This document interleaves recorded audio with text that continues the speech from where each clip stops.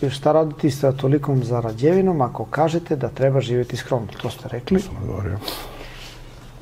Pozdrav za doktora prirodne medicine i poseban pozdrav za tebe, Saša. Pratim vas neko vreme. Molim vas, popravite to. Ali nisam mogao da nađem odgovor na sljedeće pitanje. Naime, pušim marihuanu svakodnevno, nikada nisam uzimao ni jednu hemijsku drogu. Aktivan sam pušač cigareta od svoje 14. godine i ponekad pijem alkohol. A marihuanu sam počeo pušiti sa 16 godina pa sve do danas. Sada imam 22. Noću kada legnem da spavam konstantno umišljam kako mi neko neobjašnjeno biće pretrčava u drugoj sobi jer su mi vrata dok spavam uvek otvorena. Uvek imam osjećaj da me neko ili nešto posmatra i jako često osjećam neobjašnjiv smrad u nekim delovima sobe. Iako sam jako uredan momak i vodim računa o ličnoj higijeni, da li je moguće da to ima neke veze sa demonima? Premda sam bio član Crne ruže dodira u Makedoniji. Opa! Radili smo svakakve gadosti i svega sam se nagledao. Pa što se on obraća nama? Pa pita za mišljenje. Pa kad si član Crne ruže, prijatelju? Bio je član Crne ruže, sad je navijač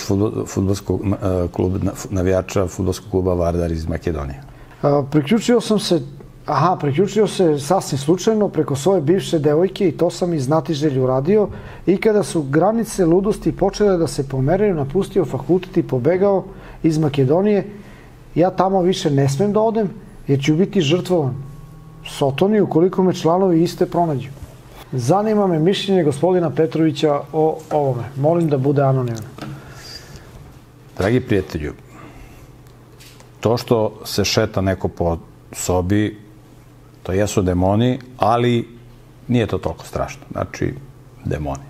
To što osjećaš taj smrad, to isto demoni mogu da izazivaju, ali umereno nije strašno. Znači, imaš problem s demonima, umereno može.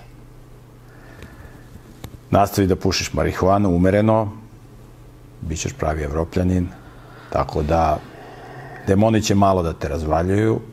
Vremenom će to da se pojačava, možda ćeš imati i panične napade, ali odeš kod psihijatra, on će ti dati tablete i onda ćeš da spavaš po ceo dan.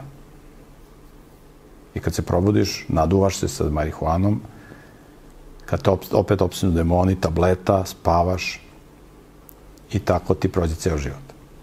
Tako da samo nastavi da pušiš marihuanu, tako se prizivaju demoni, ali umereno demoni može.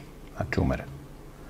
Tako da na dobrom si putu, možda dobiješ i Nobelovu nagradu ili neko međunarodno priznanje Evropske unije. Samo nastavi. Možda budeš proglašen za najevropljanina. Razumeš? I to je jedno veliko odlikovanje. Tako da budeš nosilac velikih međunarodnih priznanja, odlikovanja i drugih polnih obolenja.